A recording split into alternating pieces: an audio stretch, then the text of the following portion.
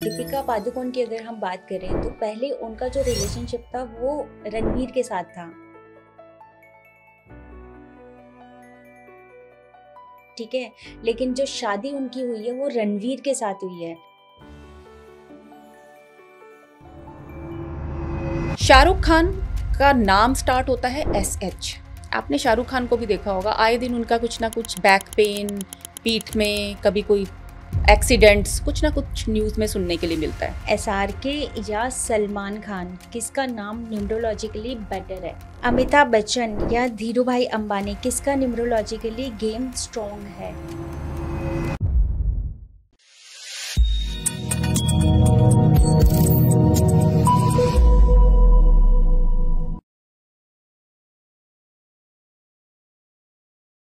नमस्ते everyone, welcome to सोच matters.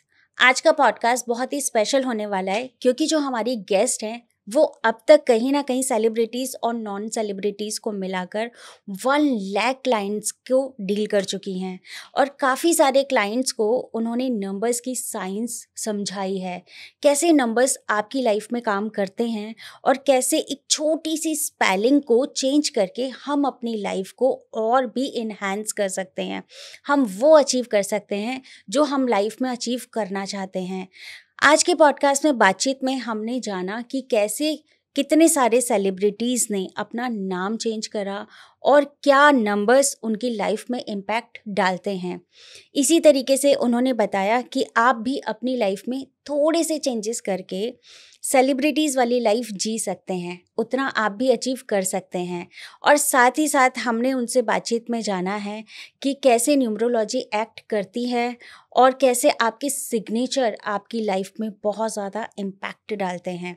तो चलिए स्वागत करते हैं आज की स्पेशल गेस्ट जो एक जानी मानी एस्ट्रोलॉजर है और साथ ही साथ सेलिब्रिटीज़ की फेवरेट न्यूमरोलॉजिस्ट है।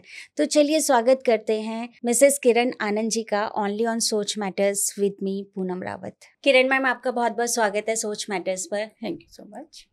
मैं आपसे जानना चाहती हूँ कि आपकी जो न्यूमरोलॉजी की जर्नी है वो कैसे स्टार्ट हुई और वो फर्स्ट डे क्या था कि जब आपको लगा yes this is for me? Poonam, मेरी न्यूमरोलॉजी की जर्नी बहुत इजी नहीं थी। जी। ऐसा नहीं था कि it was just a sudden lightning bolt. You can say it gradual awakening, right? तो कभी भी ऐसा नहीं था कि मुझे न्यूमरोलॉजी को एक प्रोफेशन बनाना था। कुछ ऐसे फैक्ट्स, कुछ ऐसे लाइफ में अप डाउन्स आए जिनसे मुझे ऐसी प्रेरणा मिली कि मुझे न्यूमरोलॉजी में जाना चाहिए। जी। कुछ इंटेंस ऐसे कुछ लाइफ में फैक्ट्स कुछ मुझे फेस करने पड़े थे अपनी लाइफ में। एक्चुअली बचपन से ही मेरी एक क्यूरियोसिटी थी मिस्टिकल साइंस के लिए, बट कभी प्रोफेशन उसको बनाना था ऐसा नहीं कभी भी सोचा था मैंने। तो एक फेज था लाइफ में जब रिलेशंस में आप कह सकती हैं कि अप डाउन था, कोई क्लैरिटी नहीं थी, हेल्थ इश्यूज थे। तब अचानक ही एक टीवी प्रोग्राम ने, उस टाइम नेट वगैरह बहुत ज़्यादा नहीं थे, है ना, और टीवी पर प्रोग्राम से आते थे, तो देखते देखते अचानक ही एक ऐसा प्रोग्राम मेरे सामने आया। उस टाइम छोटे छोटे क्लिप चलते थे प्रोग्राम के, और वहाँ उन्होंने नंबर्स की जब बात की और मैंने अपने नंबर्स का कैलकुलेशन किया तो जो पैटर्न निकल कर आया ना, उसने मुझे सरप्राइज कर दिया। वो बहुत रिलेट कर रहा था मुझसे। उसके बाद मैंने अपने जो नियर डियर्स होते हैं, रिलेटिव्स हो गए, फ्रेंड सर्कल हो गया, उनके डेट ऑफ बर्थ लेकर कैलकुलेशंस करनी स्टार्ट कर दी कि ये कितनी ठीक बैठेंगी उन पर। And it was really shocking कि जो पैटर्न निकल के आता था, जो पर्सनालिटी ट्रेट्स या लाइफ के जो फैक्ट्स निकल के आते थे ना, वो सरप्राइज कर देते थे। ऐसे ही बस जर्नी चलती रही और फिर धीरे धीरे मैंने वास्तु भी बीच में इंक्लूड किया। न्यूमरोलॉजी के साथ मैंने एस्ट्रोलॉजी को भी कनेक्ट किया। जब मेरी स्टार्टिंग में ये इंटरेस्ट क्रिएट हुआ ना, तो मैं खुद ही लोगों से उनके डेट ऑफ बर्थ नंबर लेकर उनके कैलकुलेशन करना स्टार्ट कर देती थी। और शॉकिंग रिजल्ट्स ये होते थे कि उनके पर्सनालिटी ट्रेट्स, उनके लाइफ के इवेंट्स बहुत क्लोज निकलते थे, रिजल्ट्स बहुत क्लोज होते थे। ऐसे ही एक बार मेरे किसी नोन ही थे, उनका मैंने डेट ऑफ बर्थ कैलकुलेट किया और उनको ये बताया कि आपकी लाइफ में ना एक सडन चेंज आने वाला है, और उन्होंने हंस के बात टाल दी। 29 डेज के बाद उनका कॉल मुझे आता है कि उनको एक बहुत बड़ी जॉब का ऑफर आया। ऑलरेडी वो बहुत अच्छी जॉब में चल रहे थे, तो उन्होंने मेरी बात को सीरियसली नहीं लिया कि बहुत अच्छी लाइफ चल रही है, स्मूथ चल रही है, तो इसमें क्या ही चेंज होगा। बट आफ्टर 29 डेज उनकी कॉल मेरे पास आई कि किरण यू आर राइट, और तुमने ये कैसे देखा। ऐसे ही बहुत से फैक्ट्स मेरे सामने थे। एक बहुत लंबी स्टोरी बन जाएगी अगर मैं तुम्हें आज बताने बैठूंगी। लेकिन जैसे आप बता रहे हैं कि आपने कैसे स्टार्ट किया और कैसे आपकी जर्नी स्टार्ट हुई, मतलब इट्स ये कोई ऐसा प्लानिंग नहीं था कि आपको एस्ट्रोलॉजी बिल्कुल प्लानिंग नहीं थी, चूज करनी बिल्कुल। उसके बावजूद मेरा ये क्वेश्चन है कि आपने 1 लाख क्लाइंट्स को अभी तक अटेंड किया है और उनकी लाइफ में चेंजेस लाए हैं, तो सबसे पहले ना मुझे प्लीज़ बताइएगा कोई एक ऐसा क्लाइंट जो आपको लगता है कि वाओ ये एक्सपेक्टेड नहीं था बट ये चीज़ मैंने बहुत अच्छी बताई और आप इमोशनली बहुत कनेक्ट हो गए वहाँ पे। बहुत से हैं ऐसे, एक नहीं है, बहुत हैं ऐसे जिनके साथ मैं आज भी इमोशनली बहुत कनेक्ट फील करती हूँ। इसमें एक 26 ईयर्स की एक लड़की मेरे पास आई, मॉडलिंग वो ट्राई कर रही है और अब मूवीज़ में जाने की कुछ प्लानिंग है उनकी। एक फेज था जब उनका मेरे पास वो आई और बहुत डिप्रेस थी, एक टॉक्सिक रिलेशनशिप में थी, जॉब भी नहीं थी उस टाइम पर और ऑलमोस्ट डिप्रेशन में। एंड फैमिली जो उनकी परेशान थी वो उनसे वो एक अलग इशू था उनका। अब मेरे पास आई तो कोई होप नहीं थी उनको अपनी लाइफ की। मेरे पास आकर उन्होंने सिर्फ एक ये कहा कि अब मुझे लगता है कि शायद आगे की लाइफ ना मेरी बिल्कुल होपलेस जाने वाली है, कुछ बचा नहीं है मेरी लाइफ में। तो मैंने उनके numbers, date of birth numbers लिए, कुछ कैलकुलेशंस की, कुछ जो पैटर्न निकल कर आए ना उनके, वो उनके डेट ऑफ बर्थ के नंबर से ना तो उनके नाम की वाइब्रेशंस मैच कर रही थी, जो एनर्जी थी उनके अंदर बहुत ही नेगेटिव थी, एंड जो उनका पूरा सिस्टम था, जो प्लैनेटरी पोजीशंस थी, बिल्कुल ऑपोजिट जा रही थी उनके। मैंने अब सिर्फ छोटे छोटे, उस वक्त वो इतनी डिप्रेस थी, कुछ भी करने का उनका मन नहीं था कि मैं कुछ चेंजेस करूं अपने साथ, बट मैंने सिर्फ उनको उनके नेम के चेंजेस उनमें किए, उनको कुछ लकी डेट्स सजेस्ट की जिस पर उनको कुछ अपने डिसीजंस लेने थे जी। क्योंकि पास्ट लाइफ में उन्होंने बहुत से डिसीजंस गलत ले लिए थे, उनको नहीं मालूम था कि किन डेट्स पर लेने हैं, और इसमें कलर्स का भी बहुत इम्पोर्टेंट रोल होता है। कलर्स उनको बताए उनके लकी, और उन्होंने बहुत कैजुअली सा इन चीज़ों को लिया, बट जो मैंने उनको बताया था वो रेमेडीज प्रॉपर फॉलो अप की उन्होंने। And after 4 months I got a call. She was literally crying, but this time with Joy. और मुझे कहती है कि मैम आज मैं एक बहुत अच्छे, एक उनको जॉब का भी ऑफ़र आया था, उन्होंने वो पहले जॉब ऑफ़र अपना एक्सेप्ट किया, उसके बाद वो आगे मूवीज़ के लिए भी ट्राई कर रही थी, और इस टाइम बहुत हेल्दी एक रिलेशनशिप में भी थी। तो जो उनका जॉय था, जो उनकी खुशी थी ना, वो आज भी उनकी आवाज़ में जो खनक थी ना उस time, I can feel that. वो in a smile with her voice, ma'am आपने मेरी लाइफ मुझे वापस कर दी, आज मैं बहुत खुश हूँ। आज भी वो मुझसे कनेक्ट हैं, एक अच्छी पोजीशन पर भी हैं, और मॉडलिंग फिल्मों में तो अभी उनका नहीं उतना हो पाया, बट एक अच्छी मॉडलिंग लाइन में भी वो कर रही हैं, और काफ़ी, और रिलेशनशिप में भी बहुत अच्छी हैं वो। तो वो आज मुझसे जब मिलती हैं तो एक अलग ही लेवल होता है। वो जो उस टाइम वाली वो लड़की मेरे सामने नहीं होती, कनेक्टली और इमोशनली भी, जिसे कहते हैं कि बहुत अटैच हम लोग हो गए।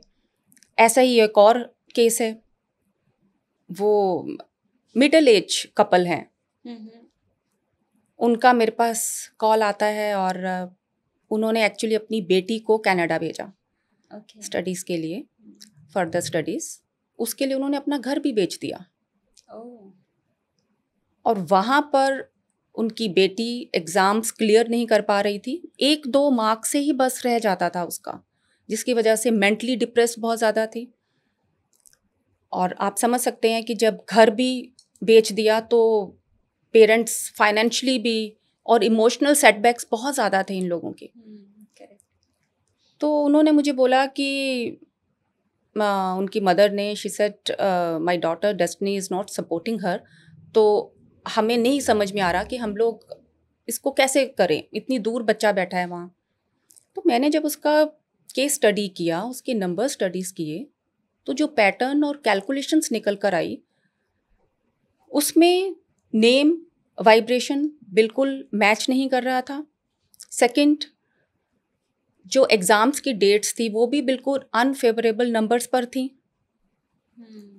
अब इतनी दूर अगर बच्चा बैठा है, आप उसको कैसे समझाएंगे? उसको थोड़े से उसके स्टडी जो एक पैटर्न था उसको चेंज किया, उसको कलर्स जो उसके बेस्ट कलर्स या लकी नंबर्स थे, डेट्स के अकॉर्डिंगली उसको उन डेट्स पर वो कलर्स वियर करवाए, मेंटली थोड़ा सा उसको सपोर्ट किया, और बच्ची ने भी किया वहाँ पर। जब रिजल्ट आया तो उसकी मदर रो रही थी, but this time with Joy, खुशी के आंसू थे। और देन आई रियलाइज्ड कि मैंने सिर्फ एक स्टूडेंट की हेल्प नहीं की, I was not just helping a student, मैंने उसके पूरे फैमिली को एक, जिसे कहते हैं ना कि बाहर निकाला। बिल्कुल होप छोड़ बैठे थे ये लोग। आज भी जब वो बच्ची इंडिया आती है ना, मुझसे ज़रूर मिलती है। वाह।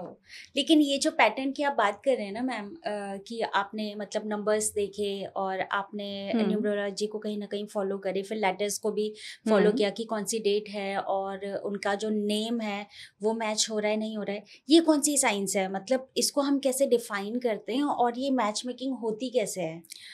Numerology is a hidden science. ये लाइफ के अनसीन पैटर्न्स को, आप इसे कह सकते हैं कोड है, जो लाइफ के अनसीन पैटर्न्स को खोलता है, आपके सामने लेकर आता है।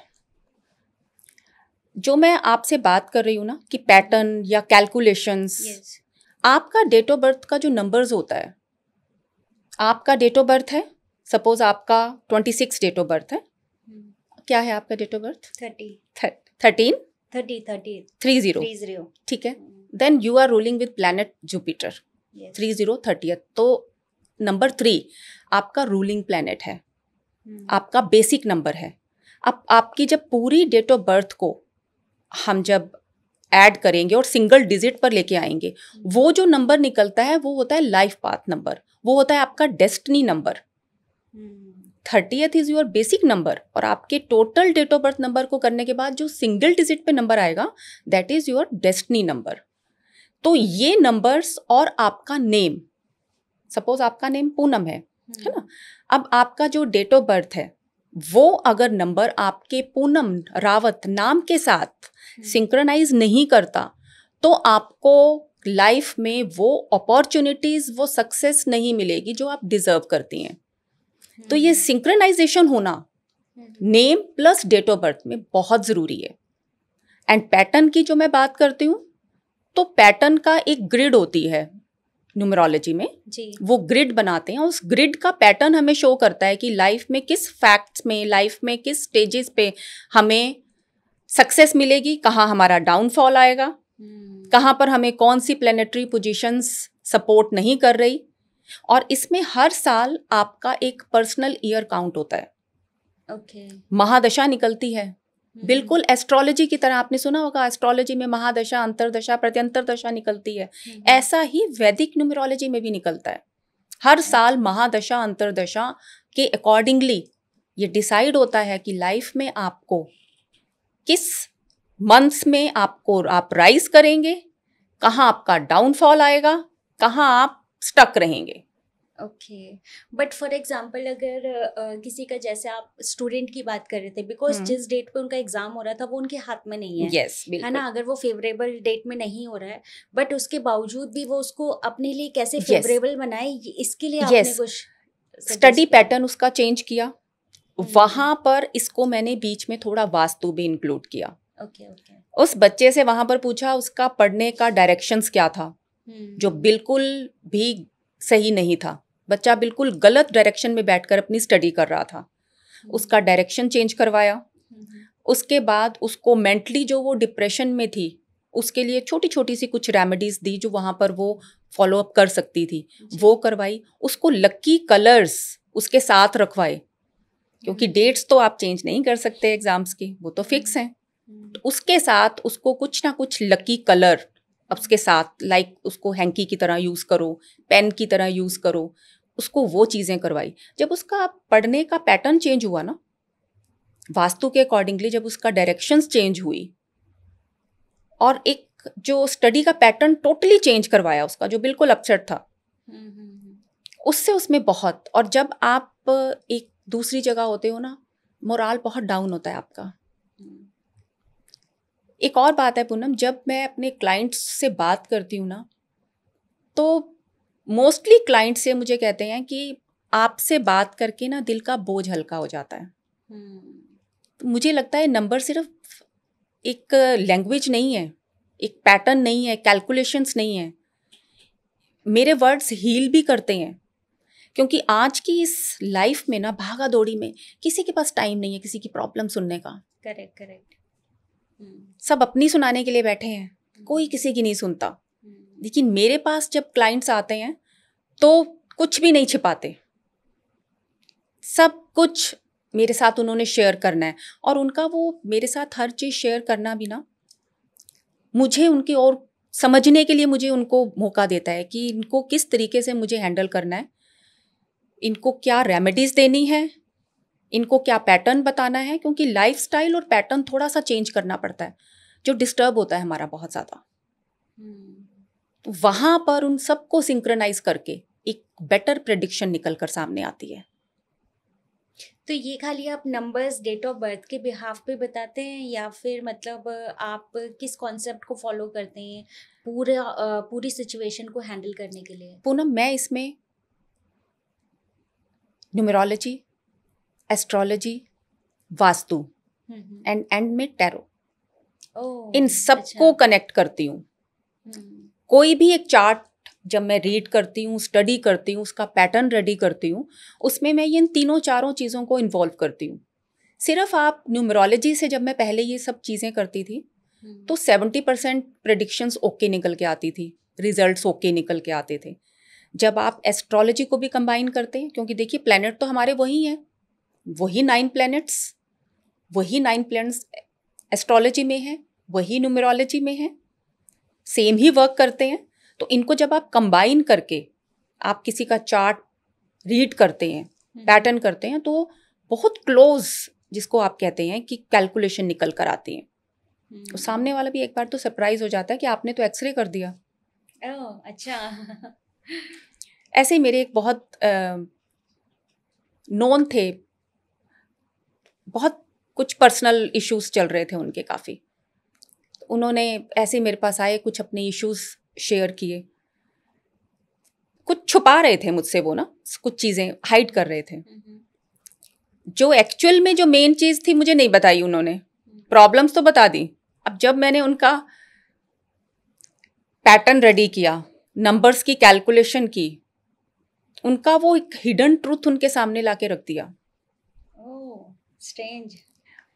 वो ऐसे ही था उनका भी रिएक्शन उस टाइम। उन्होंने ये बोला, Kiran, you are not just reading your numbers, ये it's your passion, as a profession इसको स्टार्ट करो। उस टाइम मेरे दिमाग में ये आया कि यस, प्रोफेशन की तरह भी इसको स्टार्ट करना है और लोगों के साथ कनेक्टिविटी भी आपकी तभी बनेगी। एक राइट पाथ दिखाना है उनको उनकी एनर्जीज के साथ अलाइन करना है। किसी भी इंसान को उसकी एनर्जीज के साथ अलाइन करने के लिए उसको एक सही डायरेक्शन देना बहुत ज़रूरी है, और वो जो एक डायरेक्शन है वो नंबर्स ही सिर्फ दिखाते हैं, एंड नंबर्स नेवर लाई। ये मैं हमेशा बोलती हूँ, नंबर्स कभी झूठ नहीं बोलते। बट कभी कभी ऐसे क्लाइंट्स भी आ जाते हैं जो टिपिकल साइंस बैकग्राउंड से होते हैं, वो सिर्फ साइंस को फॉलो करते हैं। उस टाइम पे आपको क्या चैलेंज आता है उनको समझाने में? बिल्कुल, बहुत लॉजिकल बातें करते हैं साइंस बैकग्राउंड वाले, और टू बी वेरी ऑनेस्ट मैं भी उनको एक ब्लाइंड फेथ पर नहीं रखती। उनके लिए मेरा चैलेंज होता है उनको एक प्रैक्टिकल सच्चाई, इनको एक ट्रुथ दिखाना, क्योंकि मैं कुछ भी बोलूँगी, कुछ भी कहूँगी, कोई बिलीव नहीं करेगा उस बात पे। सबसे बड़ी बात कि साइंस बैकग्राउंड वाले जितने होते हैं, आजकल की जितनी यंग जनरेशन है बहुत लॉजिकल होती है, उनको हर चीज़ के पीछे लॉजिक चाहिए। और मैं ये कहती हूँ कि numerology is a science, truly science. और जब मैं उनको उनके लैंग्वेज में एनर्जी, वाइब्रेशन, फ्रीक्वेंसी, इन सब चीज़ों को कंबाइन करके बताती हूँ ना, तो और उनकी डेट ऑफ बर्थ लेकर जब उनके पर्सनालिटी ट्रेट्स और उनकी लाइफ के हिडन फैक्ट्स उनके सामने रखती हूँ, तब उन्हें समझ में आता है कि ये साइंस है। ऐसे ही हवा में कोई बातें नहीं हो रही हैं। और साइंस, और ये जो हमारा न्यूमरोलॉजी है साइंस है, बट ये कर्म आपके अपने हैं, ये सिर्फ आपको डायरेक्शन देता है। लेकिन जो एफर्ट्स करने हैं, जो उस रास्ते पर चलना है, एक राइट डिसीजन लेना है, वो आपको खुद से लेना है जी। ये साइंस सिर्फ आपको डायरेक्शन दिखाएगी, एक रास्ता दिखा देगी, लाइट दे देगी। ये आपको एक स्पॉटलाइट होती है ना, जैसे अब आपके स्टूडियो में स्पॉटलाइट, लेकिन जो स्टेज है ना, स्टेज पर जो परफॉर्म करना है वो इंसान ने खुद करना है। Correct. ये जो स्पॉटलाइट है ये आपको नंबर्स, आपको लाइट दिखाते हैं। Very true. काफ़ी सारे एंटरप्रेन्योर्स आ रहे हैं और कितने सारे मतलब जो लोग बिजनेस करते हैं, सम टाइम ऐसा होता है ना कि वो काफ़ी ट्रबल में आ गए हैं, तो वहाँ पे काफ़ी जो एस्ट्रोलॉजर है उनको या तो नेम चेंज करने को बोलते हैं या फिर लोगो चेंज करने को बोलते हैं। तो क्या वहाँ पे भी नंबर्स का कुछ होता है कि उनको चेंजेस बोले जाते हैं? बिल्कुल बिल्कुल होता है ना। ये जितने भी एंटरप्रेन्योर बहुत हैं मेरे पास जो क्लाइंट्स हैं, लेकिन कई बार इनमें से कुछ लोग ये सोचते हैं कि नंबर्स का हमने काम कर दिया, कंसल्टेंसी ले ली, ओवरनाइट बिजनेस ग्रो कर जाएगा। ऐसा नहीं होता। ओवरनाइट कोई भी चीज नहीं होती, मैजिक कुछ भी नहीं होता। नंबर्स जो है, न्यूमरोलॉजी, ये सिर्फ आपको एक डायरेक्शन, एक रास्ता दिखाने के लिए है, लेकिन उस रास्ते पर आपने खुद चलना है जी। Right decision. और किसी भी बिजनेसमैन के लिए या एंटरप्रेन्योर के लिए एक जो आपका रीस्ट्रक्चर करना टीम को, वो बहुत आपको ये कहीं कि मायने रखता है। आप राइट टाइम पर राइट डिसीजन नहीं ले रहे हो, टीम के साथ कॉप अप नहीं कर रहे हो, और जैसे अभी आपने बात की लोगो या आपका नेम, वो बहुत मैटर करता है। उस कंपनी का जो ऑनर है, सीईओ है, अब ऐसे ही आपकी बात से एक मुझे ध्यान आया, एक मेरे नोन थे, बहुत मार्केटिंग, कॉर्पोरेट मार्केटिंग में थे जी। उनके पास उस कंपनी के प्रोडक्ट की लॉन्च को जो कहते हैं ना फिक्स करने का डेट का उनको ड्यूटी मिली। उन्होंने मुझसे कंसल्ट किया कि ये जो लॉन्च हमने करना है प्रोडक्ट का और इसकी ये डेट मैनेजमेंट ने ये दिया है पूरा, तो आप ये देखो। तो वो मुझे कुछ कैलकुलेशन मैंने जब किया तो मुझे कुछ वो डेट ठीक नहीं लगी। मैंने उनको बोला, कहते ये तो जी ऑलरेडी सब कुछ फिक्स हो चुका है एंड अब इसमें तो कुछ नहीं हो सकता। तो मैंने उनको बोला कि आप मैनेजमेंट से बात करो, देखो अगर कुछ पॉसिबिलिटी हो सकती हो तो डेट चेंज कर लो। उन्होंने मैनेजमेंट से बात की। मुझे वो डेट जो उन्होंने डिसाइड की थी वो CEO प्लस उस प्रोडक्ट से रिलेटेड ठीक नहीं लग रही थी। तो मैंने उन्हें अपनी कुछ सजेस्ट की, उन्होंने मैनेजमेंट से बात की और उन डेट्स को उन्होंने रखा जो मैंने सजेस्ट की थी, और उनका वो लॉन्च बहुत सक्सेसफुल रहा। आज भी वो मुझसे कनेक्ट है। लेकिन कई बार क्या होता है ना कि पूनम, कई एंटरप्रेन्योर या कई जो बिजनेसमैन हैं, कई बार लोग क्या होते हैं बहुत डिपेंडेंट हो जाते हैं न्यूमरोलॉजी के ऊपर। खासकर सेलिब्रिटीज को देखिए तो उनमें तो बहुत ज्यादा ऑब्सेशन है, बहुत ज्यादा ऑब्सेशन है। और गाइड लेते हैं बहुत से सेलिब्रिटीज हैं, मेरे अपने जो क्लाइंट्स हैं बहुत हैं।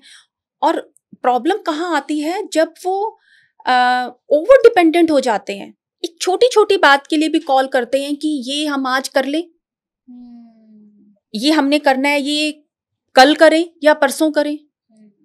वहां पर उनको ये समझाने की जरूरत होती है कि ये एक लाइट है, लाइट आपको मैं दे रही हूं, उस रास्ते पर आपने चलना है। एक क्लैरिटी, राइट डिसीजन, इसको जब हम अलाइन करते हैं ना तो आपको रिजल्ट मिलता है। तो ओवर डिपेंडेंसी नहीं होनी चाहिए। मैं हमेशा जब कंसल्टेंसी लेती हूँ या मेरे जब सेशन खत्म होता है ना, मैं उनको प्रैक्टिकल टूल्स देती हूँ। मैंने अपना कर्म कर दिया, आपको एक सही डायरेक्शन दिखा दी, अब आपका काम है राइट टाइम पर राइट डिसीजन लेना, क्लैरिटी के साथ आगे बढ़ना, और जो अपना एक स्केड्यूल है ना काम का, उसको थोड़ा चेंज करने की नीड भी होती है उनको। वो जब ये सब चीजें करते हैं, लाइन करते हैं, रिजल्ट्स 100% नजर आते हैं उनको। अभी आपकी बातों से ना मुझे एक नाम याद आ रहा है, एकता कपूर जी। मेरे को ऐसा लग रहा है कि एकता कपूर के अंदर ना डेडिकेशन बहुत है, बिकॉज जो उनके साथ काम कर चुके हैं ना, वो लोग बोलते हैं कि she is very hard working, but उसके बावजूद वो बहुत ज्यादा न्यूमरोलॉजी हो गई, एस्ट्रोलॉजी हो गई, मतलब इस फील्ड से बहुत ज्यादा ऑब्सेस्ड है। तो इतना ऑब्सेस्ड होना सही है? देखिए, आपने एकता कपूर की बात की है। एकता कपूर के साथ ही उनके सीरियल्स में काम करते हैं जो मेरे क्लाइंट्स हैं। वही मुझे ये चीज बताते हैं कि ऑब्सेशन बहुत ज्यादा है एकता कपूर में। अब थोड़ा सा कम हुआ है, लेकिन पिछले कुछ सालों में बहुत ज्यादा था। आपने देखा होगा वो कितने भी सीरियल्स करती थी, नाम क से ही स्टार्ट होता था उनका, के से ही स्टार्ट होता था उनका नाम। अभी भी देखिए बहुत से ऐसे, इतना ऑब्सेशन आई डोंट थिंक कि अच्छा होता है इतना ऑब्सेशन। मैंने खुद अपना नेम चेंज किया है और 100% रिजल्ट्स नजर आते हैं। बट इतना क्या मतलब प्रॉपर नेम चेंज करा है या फिर मतलब लेटर्स चेंज करे? लेटर्स चेंज किए हैं। जैसे ऋतिक रोशन ने। यस, ऋतिक रोशन, तमन्ना भाटिया, किरण खेर, बहुत से नाम हैं ऐसे जिन्होंने लेटर्स चेंज किए हैं और डेफिनेटली उनको लाइफ में चेंज नजर आया है। लेकिन जैसे अभी आपने ऑब्सेशन वाली बात की है ना, आप एक टाइम तक अगर अपनी ग्रोथ देख रहे हैं, ऑब्सेशन वहां तक अच्छा लगता है। लेकिन अगर आप उसके ऊपर ओवर डिपेंडेंसी रख रहे हैं कि आप हर छोटी छोटी चीज, अब जैसे मेरे कितने क्लाइंट्स हैं, हर छोटी छोटी चीज के लिए कॉल कर देते हैं, मैसेज कर देते हैं, हमें ये करना है हम कर लें, आज हम ये कर लें, आज कल हम ये करें, हमने इस टाइम पर ये नहीं किया तो अब इस टाइम पर कर लें। तो हमेशा उनको मुझे समझाना पड़ता है, एंड में उनको कुछ ये टूल्स देने पड़ते हैं कि इतनी डिपेंडेंसी अच्छी नहीं है। ये नंबर्स जो हैं वो आपको रास्ता दिखाने के लिए हैं, एक राइट डायरेक्शन देने के लिए हैं। आप डिपेंडेंट बनो मेरे ऊपर, दैट इज नॉट फेयर। अब वो धीरे धीरे समझते हैं इस बात को। जैसे मैं फॉलो अप करती हूँ, जैसे मैं उनको छोटे छोटे कुछ टिप्स या टूल्स देती हूँ, उसके अकॉर्डिंगली चलते हैं। डेफिनेटली कुछ टाइम के बाद उनका मुझे कॉल आना ही आना है, चाहे उनका पर्सनल प्रॉब्लम्स थी, कुछ प्रोफेशनल लाइफ में उनके कुछ हर्डल्स चल रहे थे या जो भी थे, ऑब्वियसली उनका ग्राफ ऊपर होता है। आज के टाइम पे ऐसा है ना मैम, जितने भी मॉडल्स हैं या जो लोग ऑडिशन के लिए जाते हैं या जो ऑलरेडी बॉलीवुड में हैं या सीरियल्स में हैं, आप उन लोगों को देखेंगे कि वो लोग बहुत ज़्यादा, उनका सबसे ज़्यादा कंसर्न होता है, बिकॉज उनका जो इनकम होता है ना, उनको लगता है कि वहाँ पे कोई ब्रेक ना आ जाए, कुछ ऐसा ना हो जाए कि हमारा सिलेक्शन रुक जाए या कहीं पे हम ऑडिशन ना दे पाएँ। तो ऐसे लोगों के लिए आप कैसे हेल्प करते हैं और क्या रेमेडीज़ आप उनको बताते हैं कि जिससे उनको सक्सेस मिले?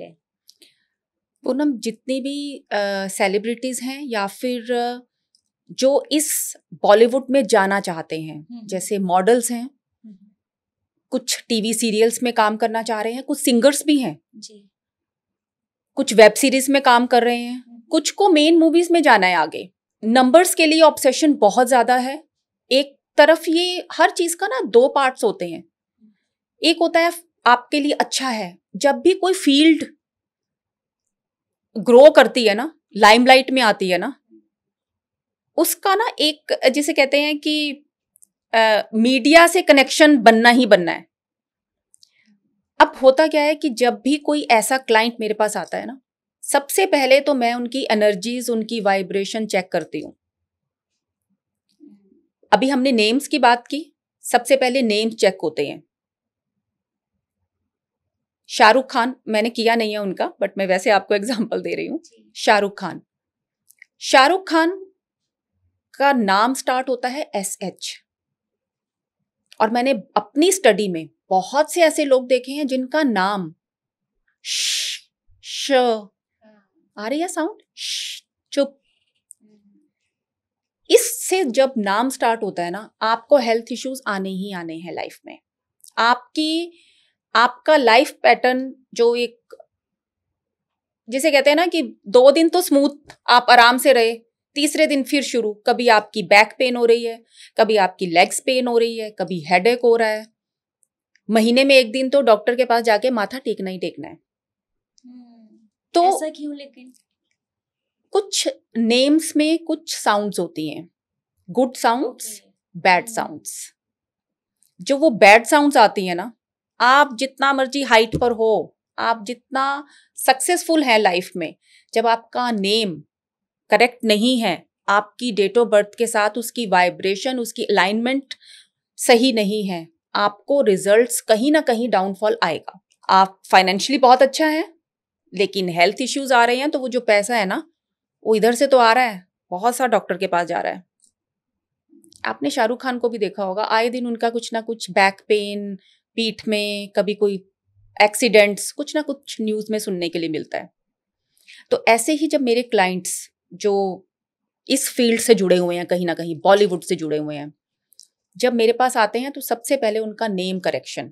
अब नेम करेक्शन में भी तमन्ना ऐसा नहीं है पूनम कि आप कुछ भी लगा दो। मैंने कई बार कई लोगों को देखा है कि बिना सोचे समझे अपने नेम्स में V लगा दिया, A ऐड कर दिया, S ऐड कर दिया। ये और ज्यादा बैड इम्पैक्ट डालता है। कुछ भी ऐड उसमें हम कर देने से उसकी जो वाइब्रेशंस हैं और ज्यादा खराब हो सकती हैं। कई बार कई क्लाइंट मेरे पास आते हैं, वो आधा अधूरा ज्ञान ना, रील्स में देख लिया, किसी पॉडकास्ट में देख लिया, यूट्यूब पे देख लिया, और अपने आप ही वो अपना नेम चेंज कर लिया। उसके बाद जो प्रॉब्लम्स आई हैं उनको, जॉब में प्रॉब्लम स्टार्ट हो गई, पर्सनल रिलेशंस इफेक्ट होने शुरू हो गए, घर में कलेश, हर चौथे दिन झगड़ा हो रहा है। जो एक ग्राफ आप जिसको कहें कि बहुत ऊपर भी नहीं जा रहा था, बट एक नॉर्मल वे में चल रहा था ना, नेम चेंज करने से और ज्यादा डाउन आ गया। रीजन, किसी ने कुछ बताया, कोई एक अल्फाबेट लिया, अपना नेम में कोई लेटर लिया, ऐड ऑन कर दिया, चलो। ऐसा नहीं, उसके अंदर बहुत डीप कैलकुलेशंस होती हैं। नेम चेंज को किया जाता है आपकी डेट ऑफ बर्थ के साथ सिंक्रोनाइज करके।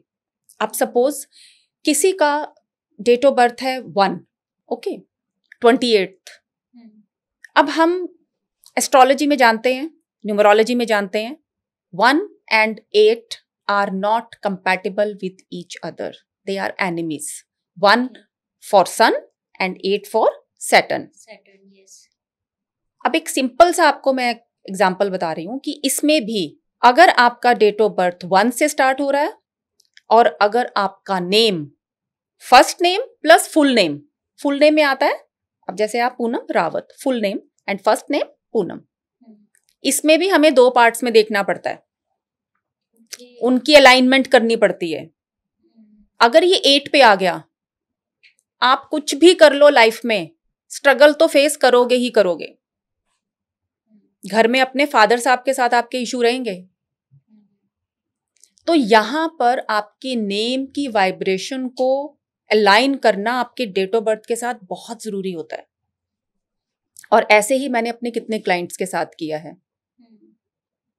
बट मैम, ये जो नेम चेंज होता है, ये चेंजेस मतलब आप परमानेंटली करवाते हैं या मतलब जो उनका वो होता है, जैसे ये बहुत अच्छा क्वेश्चन है, बहुत अच्छा क्वेश्चन है, क्योंकि मेरे पास न्यूली बॉर्न बच्चे से लेकर 70 ईयर्स के अंकल आंटी भी कई बार आ जाते हैं कि नेम चेंज करना है। करेक्ट। अब आप न्यूली बॉर्न बच्चा या फिर एक छोटा बच्चा जो 10th स्टैंडर्ड से जो कम का बच्चा है, उसका तो आप इजीली चेंज कर सकते हो ना। अब उससे जो ऊपर के लोग हैं, उनका आप नेम चेंज करने में उनके क्वेश्चंस होते हैं कि भाई हमारा पैन कार्ड, आधार कार्ड, पासपोर्ट, बैंक डॉक्यूमेंट्स, सब में ये नाम है, आप चेंज करने को बोल रहे हो, तो अब ये कैसे करेंगे हम चेंज? ये तो पॉसिबल नहीं है। तो मैं कभी भी ये नहीं करवाती हूँ। नेम चेंज जो आपने करना है वो रैंडमली चेंज होता है नेम। आपको Aadhaar card, PAN card, official documents में जो आपका नाम चल रहा है एज इट इज चलेगा। सिर्फ जो मैं आपको नया नाम देती हूँ, वो नया नाम आपको चेंज करना है आपकी सोशल साइट पर। जहां पर आजकल सोशल साइट देखिए ना, इंस्टाग्राम है, यूट्यूब है, ट्विटर है, फेसबुक है, सबको वो आपका नाम नजर आ रहा है। करेक्ट है। आपको उस नाम से देख रहे हैं, आपकी फोटो के नीचे, प्रोफाइल के नीचे वो नेम आ रहा है, आपने वहां उसको चेंज करना है। यूनिवर्स में इसकी वाइब्रेशंस तभी मिलेंगी जब वो नेम आप बार बार, इसकी और भी रेमेडीज होती हैं, वो भी मैं बताऊंगी अभी आपको, लेकिन आपको वहां चेंज करना है। आपका विजिटिंग कार्ड है, वहां चेंज करेंगे। और इसके साथ साथ कुछ रेमेडीज होती हैं। वो जो नया नाम आपका होता है ना, वो आपको आपकी डेट ऑफ बर्थ के अकॉर्डिंगली मैं सजेस्ट करती हूँ, इतने टाइम्स आपको लिखना है। 51 टाइम्स लिखना है, 45 टाइम्स लिखना है। दिन में एक बार आपको वो पैटर्न फॉलो करना पड़ता है।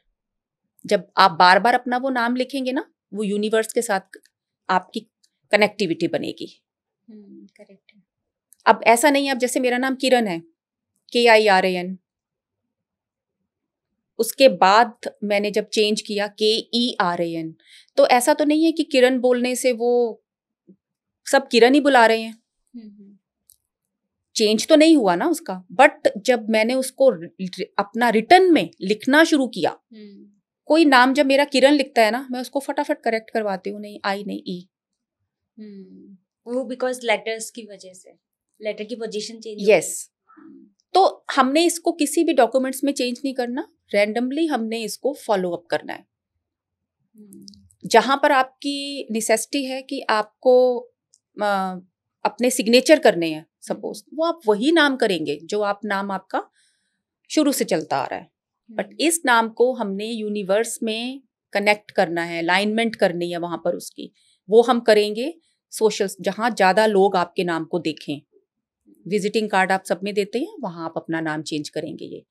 और आपकी डेट ऑफ बर्थ के अकॉर्डिंगली आपको कितना टाइम वो नाम रिटर्न में लिखना है। रेमेडीज होती हैं कुछ, ये यंत्रास बनाती हूँ मैं, वो आपको स्टिक करने हैं, लगाने हैं, बहुत सी चीजें होती हैं। तब वो आपको 40 से 45 डेज के अंदर रिजल्ट्स दिखाना शुरू कर देता है। अब जैसे मैंने अपना नाम चेंज किया था, जिस टाइम मैंने ये नाम चेंज किया था, एज अ प्रोफेशन इस फील्ड को में आना, न्यूमरोलॉजिस्ट, एज अ एस्ट्रोलॉजर, मैंने नहीं सोचा था, बिल्कुल भी नहीं सोचा था मैंने। और नेम जब मैंने चेंज किया तो विद इन 6 मंथ मीडिया से कनेक्टिविटी, क्लाइंटेज बढ़ गई, न्यू अपॉर्चुनिटीज, मैंने अपना ऑफिस तक खोल लिया। वाओ। मतलब इतना मुझे सरप्राइजिंग उसके रिजल्ट्स मुझे देखने को मिले हैं। मैंने कोई भी चीज जब की है पूनम, मैंने सबसे पहले खुद पर अप्लाई की है। मुझे उसके कितने रिजल्ट्स मिलते हैं, उसके बाद मैं सामने वाले के ऊपर वो चीज अप्लाई करती हूँ। आज के टाइम पे ना एक मतलब ऐप भी आ गया है, या फिर आप जैसे गूगल पे जाते हैं, सर्च करते हैं, और आप अपने यहाँ जैसे फॉर एग्जांपल कोई भी आपको अपनी कंपनी ओपन करनी है, या आपने कोई अपना ब्रांड नेम सोचा हुआ है, तो अब वहाँ पे आप अपना डेट ऑफ बर्थ डालते हैं ना, आपकी ब्रांड का नेम डालते हैं, तो वो भी आई थिंक शायद इट्स ऑल्सो न्यूमरोलॉजी, कि वो सब कुछ बताता है कि इतना परसेंट ये आपको मैच करता है और ये आपको मतलब अच्छे रिजल्ट्स देगा, और वो पूरा परसेंटेज के हिसाब से बताते हैं। तो आई थिंक मुझे लग रहा है कि नंबर्स का गेम वही है। हाँ, वहाँ पे वो नंबर्स लेटर चेंज करने वाला कुछ नहीं आता है, या तो फिर आप पूरा एक्चुअली नाम मैंने ही अभी चेंज बोला कर ना दो। तुमको कि ये जो हाफ नॉलेज होती है ना, ये बहुत खराब चीज है। जब आप ये गूगल पे जाके और यहाँ जाके जब आप इन चीजों को डालते हैं और उन चीजों को अप्लाई करते हैं ना, जी। अभी जैसे मैंने अभी थोड़ी देर पहले आपको एग्जांपल दिया ना, उन्होंने भी सिर्फ किसी रील में देखकर, यूट्यूब की वीडियो देख के अपना नेम चेंज कर लिया, और जो एक इजी फ्लो में उनका जो एक लाइफ का पैटर्न चल रहा था ना, उसमें डाउनफॉल ले आए। तो कभी भी आपको, अगर आप कोई बड़ा चेंजेस चाह रहे हो ना अपनी लाइफ में, अगर आप चाह रहे हो कि आपने अपना लोगो बनाना है, अपना नेम चेंज करना है, तो कभी भी आप किसी परफेक्शनिस्ट के पास जाकर ये चीजें करवाएं, क्योंकि ये लाइफ में बहुत आपको डाउनफॉल दे सकती हैं। अगर जरा सा भी आपने कोई चीज गलत ऐड कर दी, बहुत से नेगेटिव इम्पैक्ट्स मुझे देखने को मिले हैं जब लोगों ने नेम चेंज कर लिए बिना कुछ सोचा समझे। वो पता ही नहीं चलता एक्चुअली में उनको कि वो कहाँ अपना नाम ले गए हैं। उनकी डेट ऑफ बर्थ के साथ बिल्कुल भी कनेक्टिविटी नहीं बनती। एक तो लोगों ने ना बहुत एक सिंपल सा एक फंडा भी बना लिया है, इस नाम के साथ ये वाला नंबर नहीं लेके आना। जबकि मैं जिस वैदिक न्यूमरोलॉजी की बात कर रही हूँ, बहुत एडवांस स्टडी है ये, और कई बार तो हम 3 और 6 को भी कंपैटिबल कर देते हैं, जिसके बारे में नॉर्मली सब लोग बोलते हैं ना 36 का आंकड़ा, उसमें भी एक बहुत हिडन सीक्रेट है। तो ऐसा नहीं है कि हर एक नंबर अपने आप में एक वैल्यू लिए हुए है, पॉजिटिविटी लिए हुए है, नेगेटिविटी लिए हुए है। कोई भी नंबर ऐसा नहीं है जिसको हम बोलें कि 100% ओके है, आप इस नंबर पे अपना नाम ले जाओ। मैंने बहुत से न्यूमरोलॉजिस्ट को देखा है जो बोलते हैं कि 5 नंबर पर ले जाओ। हाँ, करेक्ट है। मतलब जितने भी बिजनेस होते हैं, या आपको अपने बिजनेस में ग्रोथ चाहिए, या आपको ऐसा चाहिए कि एकदम से आप नेम फेम पे आ जाए, तो ये बहुत सजेशन दिया जाता है कि इसको 5 नंबर पे लेकर आओ। तो ये 5 नंबर का क्या चक्कर है मैम? देखिए वो क्या बोलते हैं 5 नंबर को, कि 5 नंबर आपके नंबर्स में मिड नंबर है। ओके। 5 1 2 3 4 5 6 7 8 9 ओके, 5 मिड नंबर है। मिड नंबर है और इसकी क्वालिटीज क्या है? मरकुरी को रिप्रेजेंट करता है, बुध का नंबर है। बुध क्या है? आपकी कम्युनिकेशन है, आपका बिजनेस है, आपकी वाणी है, मीडिया है, ट्रेवल है। वहां ये माना जाता है कि 5 नंबर पे ले आओ, आपके सारे काम अच्छे हो जाएंगे। अब मुझे आप एक बात बताएं, न्यूमरोलॉजिकली जब मैं पैटर्न रेडी करती हूँ, अब इसमें एक चीज और है, कई लोगों का ये मानना है कि एक नंबर अगर रिपीट हो रहा है ना आपके, तो बहुत अच्छी बात है। अच्छी बात नहीं होती, excess of everything is bad. अब ये 5 नंबर की हमने बात की है, ये 5 नंबर अगर हम किसी को कहते हैं कि जी आप अपना नाम 5 पे ले जाओ, सपोज किसी ने किसी को सजेस्ट कर दिया कि अपना नाम 5 पे ले जाओ, वो मेरे पास आया, मैंने जब उसका कैलकुलेशन किया, उसका पैटर्न रेडी किया, उसका चार्ट रेडी किया, उसमें क्या देखा कि 5 तो एक्सेस में है उसके पास। नुमेरो चार्ट में 5 3 या 4 टाइम आ गया, प्लस एस्ट्रोलॉजी का जब चार्ट रेडी किया, कुंडली रेडी की, बुध उसमें बैड पोजीशन में है। हमने उस बुध को जो बैड पोजीशन में है और जो नुमेरो चार्ट में एक्सेस में है, उसको हम और ले आए नाम में। अब ये बताओ कैसे आपको अच्छा वर्क करेगा? ओवर एक्सेस हो गया है। यस, वहां पर जो 5 की क्वालिटीज है वो आपको नेगेटिविटी में कन्वर्ट हो जाएंगी। उसके अच्छे रिजल्ट्स नहीं मिलेंगे। तो मैं कभी भी नहीं बोलती हूं कि आप 5 पर ले जाओ, अच्छा रहेगा। बिजनेस कर रहे हैं तो ऐसा करो 5 पर अपना नाम ले जाओ। नो, 5 देखो तो सही ना पहले, आपके चार्ट में, आपकी कुंडली में मरकुरी की पोजीशन क्या है, नंबर्स का पैटर्न क्या है। उसको तो हमें, उसकी जो एनर्जी है उसको बैलेंस करने की जरूरत है। एक्सेस है वो एनर्जी, और बैलेंस करने की बजाय हम उसको और इन्वोक कर रहे हैं। करेक्ट है। तो कभी भी नंबर्स को बिल्कुल भी आप ऐसा नहीं लेना चाहिए कि आप इसको बहुत स्लाइटली ले रहे हो कि ठीक है यार नंबर्स ही तो हैं, कर दे। ये नंबर्स बहुत बड़ा चेंज ले आते हैं आपकी लाइफ में। अभी जैसे मैम हम नेम की बात कर रहे थे, नेम को लेकर ना काफ़ी चीज़ें हैं कि पहले के टाइम पे ऐसा होता था कि कुंडली दिखाई जाती थी, फिर पंडित सजेशन देता था कि मतलब आपका इस लेटर से नाम है। तो काफ़ी लोगों का पहले के टाइम पे ना कुंडली में नाम अलग है, लेकिन जो उन्हें बुलाया जा रहा है स्कूल्स या डॉक्यूमेंटेशंस में वो डिफरेंट है। तो जो पहले वाला नाम है उसको बोला जाता है कि वो जो कुंडली वाला नाम है वो गुप्त है, वो अपनी एनर्जी को तब दिखाएगा जब आपका वो वाला नाम काम नहीं कर रहा है। तो जब आपके पास लोग सजेशन के लिए आते हैं तो आप कौन सा नाम प्रेफर करते हैं उनको? देखिए, नाम मैं नहीं जानती आपका कुंडली में नाम क्या है पूनम। मैं आपको पूनम नाम से जानती हूँ। यस। पूनम नाम से आपको हर कोई बुलाता है, मुझे किरण नाम से हर कोई बुलाता है। तो जो नाम से हमें बुला रहे हैं वो ही नाम आपका एक्टिव होता है। उसी नाम की एनर्जी, उसी नाम की वाइब्रेशन, फ्रीक्वेंसी आपके साथ चल रही है। तो कुंडली का नाम मैटर नहीं करता। मैं कभी नहीं देखती हूँ कुंडली का नाम, क्योंकि मैं तो वो नाम जानती हूँ जो जिस नाम की यूनिवर्स में वाइब्रेशन है आपके नाम की। आप जा रही है, किसी ने पूनम बोला, आपने पीछे मुड़ के देखा, आप कुंडली में आपका नाम अगर शोभा है, कोई शोभा आपको बोलेगा शोभा, आप पीछे मुड़कर नहीं देखेंगी, क्योंकि पूनम नाम से आप जानी जाती हैं। मैं किरण नाम से जानी जाती हूँ, किरण मुझे कोई बोलेगा मैं एकदम से घूमकर देखूंगी कि यस। बट वही नाम आपका, जो नाम आप, जिस नाम से आपको लोग जानते हैं, लोग पहचानते हैं, वही नाम एक्टिव होता है। और उसी नाम को ही हमें करेक्ट करने की नीड होती है, अगर नीड है आपके नंबर्स के अकॉर्डिंगली। ओके। एक थोड़ा सा मैम हमारी ऑडियंस के लिए ना 1 to 9 नंबर्स पे जाते हैं। अब हम थोड़ा सा थोड़ा सा एक कंपैटिबिलिटी देखते हैं कि 1 नंबर के साथ कौन कौन सा नंबर जाएगा, ऐसी 2 के साथ, 3 के साथ। तो इफ़ इट इज़ पॉसिबल आप जल्दी से ना 9 नंबर्स तक ये बता दीजिए। 1 के साथ 2 नंबर बहुत अच्छा जाता है, 3 बहुत अच्छा जाता है, 5 भी ओके है, 6 50-50 है, 7 80% ओके है, 8 मैं बोलूंगी नो, एंड 9 60% ओके है।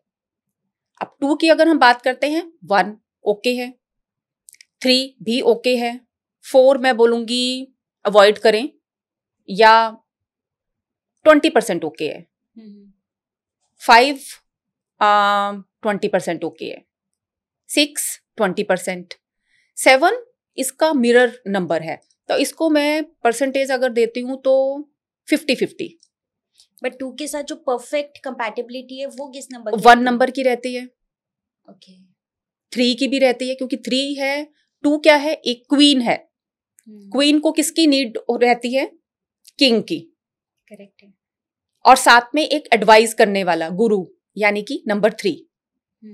इसी तरह 3 में 1, 2 भी ओके है। कई बार मैं 3 और 6 की, जैसे अभी हमने बात की थी ना, मैं किसी किसी जगह पर 3 के साथ 6 को भी लेती हूँ, लेकिन उसके पीछे भी एक ट्विस्ट है। हर 3 के साथ 6 नहीं लिया जाता और हर 6 के साथ 3 नहीं लिया जाता। तो देखना होता है कि जो 6 नंबर है ना, वो किन 2 डिजिट से आ रहा है, वो मैटर करता है, तब वो 3 के साथ कंपैटिबल होता है। जैसे कि फॉर एग्जांपल 1 and 5 से जो 6 बनता है, यानी कि सन एंड मरकुरी, यस, उससे बना, तो 3 के लिए ये नंबर बहुत अच्छा है। प्लस 333, करेक्ट है। अब यहीं अगर हम 24 का 6 लेंगे या ओनली नंबर 6 लेंगे, देन नो, बिग नो, वो कंपैटिबल नहीं रहेंगे 3 के लिए। बट 15 and 33 बहुत कंपैटिबल रहेंगे। और इसी तरह 6 के लिए भी 3 नंबर, क्योंकि वो खुद 33 का 6 है, 15 का 6 है, और 3 नंबर उसके लिए बेटर रहेगा। But 24 and 6 no. अब ऐसे ही 7 है। 7 एक्चुअली एक ऐसा प्लेनेट है ना जो बहुत ही स्पिरिचुअलिटी से कनेक्टेड है ये, और ये सबके साथ अच्छा रहता है। तो ऐसे इसका कोई हिडन नंबर नहीं है, ये सबके साथ कोप अप कर लेता है। 8 नंबर की अगर हम बात करें तो 1 के साथ तो मैं बोलती हूँ नो। बट इसमें भी एक ट्विस्ट है। कई बार जब हमें कुछ नेम चेंजेस करने होते हैं, या फिर हम लोगों को ये देखना होता है कि कुंडली में क्या पोजीशन है इनकी, उसके अकॉर्डिंगली हमें एडजस्ट करना पड़ता है कई बार उसको भी। और 9 की अगर हम बात करते हैं तो भाई बहुत ही फायरी प्लेनेट है, एग्रेशन। ये भी 1 के साथ बहुत अच्छा, बहुत जाएगा अच्छा, बट 2 के साथ उतना अच्छा नहीं जाएगा। 3 के साथ ओके है, 4 के साथ ओके नहीं है, 5 के साथ 50-50 है, 6 के साथ मैं बोलूंगी 40% ओके है बस, 7 के साथ भी 50-50 है। इसी तरह 8 के साथ मैं अवॉइड ही करती हूँ इसको, क्योंकि कई बार 8 के साथ अगर हम फायरी प्लेनेट को लेके आते हैं ना, तो ये रिलेशनशिप में बहुत प्रॉब्लम देके जाता है। तो नंबर्स की कुछ वाइब्रेशन, नंबर वालों को देखा जाए ना मैम, वो सबके साथ चल जाते हैं ऑलमोस्ट, ऐसा मैंने देखा। 5 इसलिए चल जाते हैं क्योंकि 5 को न्यूमरोलॉजी में ना एक छोटा बच्चा बोला गया है। छोटा बच्चा क्या होता है ना, सबके साथ गोदी में भी चला जाता है, हंसता भी है, बोलता भी है। उसके मन में ये बात नहीं होती कि मुझे इससे बात नहीं करनी है ना, उससे बात नहीं करनी। उसके मन में ग्रजेस नहीं रखता कोई छोटा बच्चा अपने मन में। इसको जिसे कहते हैं ना राजकुमार, यस, एक छोटा बच्चा, उसको 5 नंबर को ये माना गया है। तो वहां पर ये भी एडजस्ट हो जाता है। और इसकी क्वालिटीज भी क्या होती है, जॉली नेचर का होता है बहुत। ऐसा इंसान फ्रेंडली होता है, फ्रेंडली बहुत ज्यादा होते हैं। कहीं भी आप अनजान के बीच में बिठा दो ना उसको, ऐसा आपको पता ही नहीं लगेगा कि आप अभी मिले हो उसको। आप उसकी कम्युनिकेशन स्किल्स आपको इम्प्रेस कर जाएगी, उसकी बातें सुनते रहोगे आप बैठकर। तो वहां पर हम बोलते हैं कि 5 नंबर जो है एडजस्ट हो जाता है हर किसी के साथ, बट 2 के साथ नहीं होता। उसके पीछे भी एक एस्ट्रोलॉजिकल स्टोरी है, बताने बैठूंगी तो आपका शो बहुत लंबा हो जाएगा। बट 2 के साथ उसको मर्ज नहीं करते हम। 2 मून को रिप्रेजेंट करता है, और उसके पीछे एक स्टोरी भी है, बहुत बड़ी सी स्टोरी है। तो वहां पर ये जो 5 है वो 2 को एनिमी मानता है अपना, 2 नहीं मानता 5 को अपना एनिमी, बट 5 2 को एनिमी मानता है। तो यहां पर भी हम उसको 5 के साथ 2 को मर्ज नहीं करते। मैम जैसे अभी हम सेलिब्रिटीज की बात कर रहे थे, तो दीपिका पादुकोण की अगर हम बात करें तो पहले उनका जो रिलेशनशिप था वो रणबीर के साथ था, ठीक है, लेकिन जो शादी उनकी हुई है वो रणवीर के साथ हुई है। तो रणवीर सिंह, हाँ, जो उनकी शादी हुई है। अब आप मुझे बताइए कि यहाँ पे भी क्या कहीं ना कहीं न्यूमरोलॉजी या अल्फाबेट्स का कुछ गेम है? अल्फाबेट्स की बात करें तो रणवीर एंड रणबीर दोनों का ही नाम आर से स्टार्ट हो रहा है। यस। अब यहाँ अगर हम डेट ऑफ बर्थ की बात करते हैं ना, तो जहां तक एज पर गूगल मेरे को आपने ये डेट ऑफ बर्थ निकाल कर दी हैं, ठीक है, इसके अकॉर्डिंगली जो मैं देख पा रही हूँ, जो इनका पैटर्न बना है, कैलकुलेशंस मैंने जो इनकी की हैं, वो ये कि रणवीर कपूर और दीपिका पादुकोण का रिलेशन जब तक था, इसमें मुझे लग रहा है कि रणवीर कपूर का जो नंबर है 1, और 1 नंबर है सन का number. Leadership quality, bossy nature, I am the boss and I am always right, ये कहीं ना कहीं दीपिका के साथ रहता होगा। और एक चीज, दोनों ही का ही जो डेस्टिनी प्लैनेट है जुपिटर है, और दोनों का ही डेस्टिनी प्लैनेट सेम होने की वजह से दोनों ही अपनी बात पे अड़ जाते होंगे, कोई झुकने को तैयार नहीं। रिलेशनशिप्स हमारे तब चलते हैं जब एक बोले दूसरा सुने। कपल्स में आजकल सबसे ज्यादा इशू यही होता है, दोनों को अपनी बात इक्वल रखनी होती है, झुकने को बात सुनने को कोई तैयार नहीं होता। जहां तक मैं इनके नंबर्स को पढ़ पा रही हूँ ना, इनके बीच में भी कहीं ना कहीं ये कॉन्फ्लिक्ट्स रहा होगा। और जहां तक हमें काफी सारी न्यूज सुनने को मिली थी कि दीपिका काफी ज्यादा डिप्रेशन के एक टाइम पर भी उन्होंने निकली हैं, बहुत डिप्रेशन का उनका वो फेज था जी। तो इनका जो आपस की कंपैटिबिलिटी है वो मुझे इतनी ज्यादा बेटर नहीं नजर आई जितनी रणवीर सिंह के साथ। अब वहां पर अगर हम दीपिका पादुकोण और रणवीर सिंह को अगर हम इनके नंबर्स मैच करते हैं, इनकी कंपैटिबिलिटी देखते हैं एज पर गूगल, तो रणवीर सिंह का जो नंबर है 6, बहुत ज्यादा जिसे कहते हैं फैमिली इंक्लाइंड नंबर है ये, फैमिली डेडिकेटेड, सॉफ्ट, गर्ल्स को के लिए रिस्पेक्ट, लेडीज के लिए रिस्पेक्ट, प्यार, इमोशन, रोमांस, और यही चाहिए था दीपिका पादुकोण को, जो उन्हें रणवीर कपूर से नहीं मिल पाया शायद। यहां पर रणवीर सिंह ने उनको संभाला, वो प्यार और वो जो एक अटैचमेंट, जो सैक्रिफाइसेस एक रिलेशंस में चाहिए होते हैं ना, वो दीपिका को मिले होंगे रणवीर सिंह से। वाओ। तो यहाँ पर इन दोनों की कंपैटिबिलिटी जो हम देख भी रहे हैं कि बहुत अच्छा कपल है ये, तो निकल कर सामने आती हैं। तो आप ये देख पा रहे होंगे कि नाम तो उनका भी रणवीर है बट स्टार्ट आर से हो रहा है, बट अगर हम उनकी अब नेम कैलकुलेशन भी करेंगे ना तो और ज्यादा हिडन सीक्रेट्स निकल कर सामने आएंगे। करेक्ट है। तो यहाँ रहती है ये कैलकुलेशंस की कंपैटिबिलिटी। ये तो मैंने आपको बहुत ब्रीफ में बताया, जब हम इसको और डिटेल में जाएंगे तो कई चीजें और निकल के सामने आएंगी। तो अगर हम इन शॉर्ट ब्रीफ में बात करें तो कंपैटिबिलिटी जो ज्यादा बेटर नजर आ रही है रणवीर सिंह की नजर आ रही है दीपिका के साथ, और वही आज साथ भी हैं। बढ़िया है, अच्छा है। आज के टाइम पे मैम बहुत सारी ना, एक तो कंफ्यूजन है यंग जनरेशन को लेके। आप देखेंगे कि जो 18 साल से 35 साल या 40 साल की जनरेशन है ना, वो एक लूप में फंसी हुई है। उनको फाइनेंशियली इंडिपेंडेंट भी होना है, रिलेशनशिप को भी स्ट्रॉन्ग करना है, अपनी शादीशुदा ज़िंदगी को भी अच्छा चलाना है। तो यहाँ पे कैसे न्यूमरोलॉजी काम करती है कि वो फाइनेंशियली भी इंडिपेंडेंट रहे एंड उनका रिलेशनशिप भी स्ट्रॉन्ग रहे। देखिए, ये जो आपने बात की है ना 18 से 30 साल का जो एज ग्रुप है आपका, देखिए इट्स बट नेचुरल कि इस टाइम पीरियड पर उनको अपने फ्यूचर के बारे में भी सोचना है, उनको अपने रिलेशनशिप को भी स्ट्रॉन्ग करना है, उनको इस एज में पैसा भी चाहिए जी। लेकिन क्या चूज करें, फाइनेंशियल ब्लॉकेजेस भी सामने आती हैं, हर चीज सामने है। अब इससे कैसे बाहर निकलें, ये एक बहुत नेचुरल सी चीज है जो हर कोई फेस कर रहा है आज के टाइम पे। सबसे पहले तो जब मेरे पास कोई ऐसा यूथ आता है, कोई यंग बच्चे आते हैं और अपने करियर को लेकर, अपने फ्यूचर को लेके बहुत डाउट्स इनके रहते हैं ना, तो सबसे पहले इनको मैं जो एक प्रैक्टिकल टिप या टूल देती हूँ ना, वो ये है कि सेल्फ असेसमेंट, खुद को पहचानो। आपकी स्ट्रेंथ क्या है, आपके हिडन टैलेंट्स क्या हैं, पहले आप मुझे वो बताइए।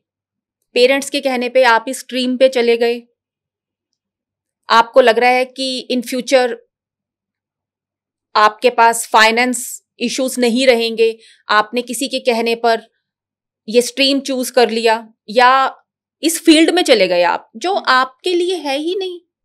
तो सबसे पहले तो सेल्फ असेसमेंट, खुद को पहचानो, अपने हिडन सीक्रेट्स, अपने हिडन टैलेंट, अपना स्ट्रेंथ जो है आपके नंबर्स की, वो जानो। उसके बाद आता है स्किल्स। स्किल्स में क्या होता है कि देखो, अब वो टाइम चला गया पूनम जब डिग्रीज मैटर करती थी। करेक्ट है। 98% होल्डर, भाई पेरेंट्स बड़े खुश होते थे, बच्चा 98% है, लाइफ में कुछ ना कुछ तो ये कर ही जाएगा, बहुत कुछ करेगा। इनफैक्ट आज की टाइम पे मैम जो हमारी डिग्रीज थी ना, हम उससे रिलेटेड वर्क कर भी नहीं रहे हैं। मतलब कोई हमारी डिग्री नहीं पूछता। वही पॉइंट है मेरा। तो डिग्रीज मैटर नहीं करती, मैटर करती है आपकी स्किल। आपकी स्किल्स क्या है। मेरे पास कई ऐसे लोगों के एग्जाम्पल्स हैं जिनके पेरेंट्स को शायद बहुत प्राउड था अपने बच्चे के ऊपर कि 98-99% होल्डर, बच्चा कुछ ना कुछ लाइफ में कर जाएगा। यस। बट आज वो बेकार बैठा है। और जिस बच्चे ने शायद 70-80% मार्क्स लिए थे ना, वो लाइफ में ग्रो कर गया है, क्योंकि उसने अपने टैलेंट, अपने स्किल्स को यूज किया। और थर्ड क्या होता है? Experiment and exposure. आप छोटे से स्टार्ट करो ना। आप जो भी काम कर रहे हैं एक स्मॉल स्केल इन्वेस्टमेंट से स्टार्ट करो। आप किसी के साथ इंटर्नशिप कर रहे हैं, आप किसी के अंडर काम कर रहे हैं, आप पहले वहां से स्टार्ट करो। उसके बाद आपको समझ आएगा कि फ्यूचर में कौन सा फील्ड आपको फुलफिल करेगा। कई लोग ये सोचते हैं कि शायद कंसल्टेंसी ले लेने से, है ना, एक्सपेंसिव कंसल्टेंसी लेने से शायद ये हमारा रास्ता खुल जाएगा, सामने वाला आपको ना कुछ पानी में घोल के पिला देगा। नहीं, ऐसा नहीं होता। यहां पर कोई भी एक्सपेंसिव कंसल्टेंसी से ज्यादा बेटर काम करता है आपका कंसिस्टेंट एफर्ट। करेक्ट है। आप वो एफर्ट्स कितने डाल रहे हो अपने काम में, वो मैटर करता है। कंसल्टेंसी या किसी बड़े एस्ट्रोलॉजर के पास जाना, न्यूमरोलॉजिस्ट के पास जाना, भाई सब आपको एक डायरेक्शन ही तो देंगे। Very true. रास्ते में तो आपने ही चलना है। अब आप कहें कि मुझे रास्ते तक भी छोड़कर आओ, तो वो तो पॉसिबल नहीं है। जैसे मैंने बताया ना कि एक न्यूमरोलॉजी और नंबर्स ये लाइट हैं, बट स्टेज पे जो परफॉर्म करना है, स्टेज मीन्स आपकी लाइफ, वहां पर जो परफॉर्मेंस है वो आपने खुद करनी है। बस लाइट आपके ऊपर पड़ गई है, जो लाइट नहीं थी अभी तक पड़ी हुई आपके ऊपर। आप अंधेरे में थे पर आपके ऊपर लाइट डल गई है, बट अब आपने खुद चलना है, आप चलिए। तो वो कंसिस्टेंट एफर्ट जो काम करते हैं, कंसल्टेंसी भी काम करती है, बट उससे ज्यादा आपके एफर्ट्स मैटर करते हैं। Very true. बहुत बढ़िया बात बोली मैम आपने। अभी हम पॉडकास्ट के बिल्कुल एंड तक आ चुके हैं और हमारा एक फाइनल राउंड है रैपिड फायर। तो मैं आपसे कुछ क्वेश्चंस पूछना चाहती हूँ, आप उसका फटाफट से 1 वर्ड में जवाब दीजिएगा। उससे पहले मैं एक चीज और क्लियर करूंगी। मेरे पास जितने भी आजकल लोग आते हैं ना पुनः, फाइनेंशियल ब्लॉकेजेस को लेकर आते हैं। पैसा सबसे बड़ा क्वेश्चन रहता है उनके लिए। करेक्ट है। आई थिंक 80% जो लोग हैं वो मेरे पास आते हैं कि हम क्या करें। कुछ ज्यादा एफर्ट्स नहीं करना चाहते, लेकिन वो नॉर्मल से कुछ टिप्स मांगते हैं, कुछ रेमेडीज मांगते हैं। हर कोई अपना इतना अफोर्ड भी नहीं कर सकता ना कि आपकी जो किसी भी एक हाईली पेड एस्ट्रोलॉजर को आप वो कर सकें, है ना। तो जो एक नॉर्मल ये जो एक चीज है कि आपको फाइनेंशियल ब्लॉकेजेस को कैसे ओवरकम करना है, सबसे पहले तो उनके प्रैक्टिकल टिप्स, उनके जो टूल्स हैं आपके पॉडकास्ट के जरिए मैं उनको दूंगी। जो मैंने कई बार इस चीज को नोटिस किया है, हम लेडीज के पास ना बहुत से वॉलेट्स, हैंडबैग, पर्स रहते हैं, कबर्ड भरा होता है। अब उसमें क्या होता है कि जो आप रूटीन में यूज कर रहे हैं उनके अंदर तो आपका वॉलेट भी होगा, पैसे भी होंगे, लेकिन कई बार कई वॉलेट, हैंडबैग्स आपके एम्प्टी पड़े रहते हैं, उनमें कुछ भी नहीं होता, खाली रख देते हैं। तो कभी भी never keep your wallet, your handbag, your purse empty. खाली कभी मत रखो, क्योंकि ये जो खाली होता है ना, ये आपके सबकॉन्शियस माइंड में ना उस एनर्जी को अट्रैक्ट करता है। खाली हमेशा थोड़े से पैसे या फिर ग्रीन कार्डोमम्स, थोड़ी सी 4-5 पीस, या फिर बे लीफ, कुछ ना कुछ आपके मनी के साथ ये 2 चीजें होनी चाहिए। चाहे आप 10 रुपीज का कॉइन रखो, बट आपके हर बैग में मनी जरूर होनी चाहिए। सेकंड, एक आपको बताऊं, जो न्यूमरोलॉजी का सबसे एक आप जिसे कहें ना कि इसे रिकॉग्निशन ज्यादा नहीं मिली हुई, वो है सिग्नेचर। ये जो फाइनेंशियल ब्लॉकेजेस भी आती है ना, इनके लिए कई बार मैंने अपने क्लाइंट्स के लिए देखा है, इवन मैंने सेलिब्रिटीज को भी चेंज करवाए हैं सिग्नेचर। कई बार क्या होता है, मैंने सेलिब्रिटीज को भी देखा है और अपना कॉमन मैन, उनकी date of birth number vibrations बहुत अच्छी होती हैं, बहुत अच्छी वाइब्रेशंस के साथ है, कहीं कोई कमी नहीं है उनके वाइब्रेशंस में, उनके चार्ट में, लेकिन फिर भी सेटबैक्स हैं, फाइनेंशियल ब्लॉकेजेस हैं, बिजनेस नहीं चल रहा, ग्रो नहीं कर रहे, एक टीवी सीरियल के बाद दूसरा नहीं मिल रहा, बीच में गैप आ गया, मॉडलिंग कर रही हैं तो एक मॉडल एक शूट के बाद दूसरा शूट मिलने में टाइम लग रहा है। तो यहां पर आपके सिग्नेचर वर्क करते हैं। मैंने उनके सिग्नेचर का पैटर्न क्या देखा, स्मॉल लेटर से स्टार्ट करते हुए डाउनवर्ड, नो, हमेशा कैपिटल लेटर से स्टार्ट करके अपने सिग्नेचर को अपवर्ड लेके जाना चाहिए। जो फिनिशिंग स्ट्रोक है ना, अपवर्ड होना चाहिए। वो सिर्फ इतना सा चेंज करने से मैंने मिरेकल चेंजेस देखे हैं लोगों में। सिग्नेचर्स की बात से मैम मुझे याद आया, जैसे कि नरेंद्र मोदी जी है, उन्होंने अपने सिग्नेचर को चेंज किया है। ऐसे काफ़ी सारे सेलिब्रिटीज़ हैं जिन्होंने टाइम टू टाइम अपने सिग्नेचर्स को चेंज किया है, और there is only one reason, शायद वो जिस पोजीशन में होते हैं उस टाइम पे वैसे वाले सिग्नेचर की रिक्वायरमेंट है, तो दैट इज़ वाई, और वो सिग्नेचर उनकी लाइफ को इम्पैक्ट करता है। तो ये चीज शायद ये एक बिल्कुल अलग ही चैप्टर है। बिल्कुल, ये बिल्कुल अलग चैप्टर है। और ज्यादातर मैंने देखा है कि लोग ना सिर्फ अपना name change, date of birth के numbers, lucky colours, lucky numbers, उन पर फोकस करते हैं। सिग्नेचर की तरफ तो ध्यान ही नहीं जाता। करेक्ट है। ऐसे ही मेरे एक क्लाइंट थे जिनको एक बहुत बड़ी कंपनी रन कर रहे हैं, वो सिर्फ उनका प्रॉब्लम यही था सिग्नेचर। एक सिग्नेचर चेंज करने से बिजनेस ने ग्रोथ दिखाई है विद इन 3 मंथ। तो बहुत छोटी सी चीज लगती है ये देखने में कि ये क्या ही है ना, ये रेमेडी, ये क्या है, बट फिर भी जो इसको फॉलो कर लेता है ना एक बार, उससे ड्रास्टिक चेंज नजर आता है अपने काम में, अपने प्रोफेशन में, अपनी पर्सनल लाइफ, प्रोफेशनल लाइफ में। आई होप हमारे व्यूअर्स को थोड़ी सी एडवाइस मिली होगी कि signature is also very important. Yes, very important. चलिए मैम, अपना नेक्स्ट राउंड शुरू करते हैं हम, रैपिड फायर राउंड। आपको क्विकली जवाब देना है। तो मेरा फर्स्ट क्वेश्चन है, SRK या सलमान खान, किसका नाम न्यूमरोलॉजिकली बेटर है? सलमान खान। ओके। आपका लकी नंबर क्या है और क्यों है? मेरा लकी नंबर, यस, मेरा लकी नंबर है 1। ओके। एंड क्यों आपने पूछा? क्योंकि ये मेरे 7 और 4 की एनर्जी को अलाइन करता है। लकी नंबर 1 होने से ये मुझे एक लीडरशिप क्वालिटी देता है, पर्सनालिटी में, मीडिया में और मेरे प्रोफेशन में मुझे अपवर्ड लेके जाता है। तो ये नंबर 7 और 4 की जो बैलेंस, एनर्जी को बैलेंस करने में बहुत हेल्पफुल है। तो ये मेरा लकी नंबर है 1। ओके। अमिताभ बच्चन या धीरू भाई अंबानी, किसका न्यूमरोलॉजिकली गेम स्ट्रॉन्ग है? न्यूमरोलॉजिकली गेम किसका स्ट्रॉन्ग है? मैं तो कहूँगी दोनों का ही स्ट्रॉन्ग है।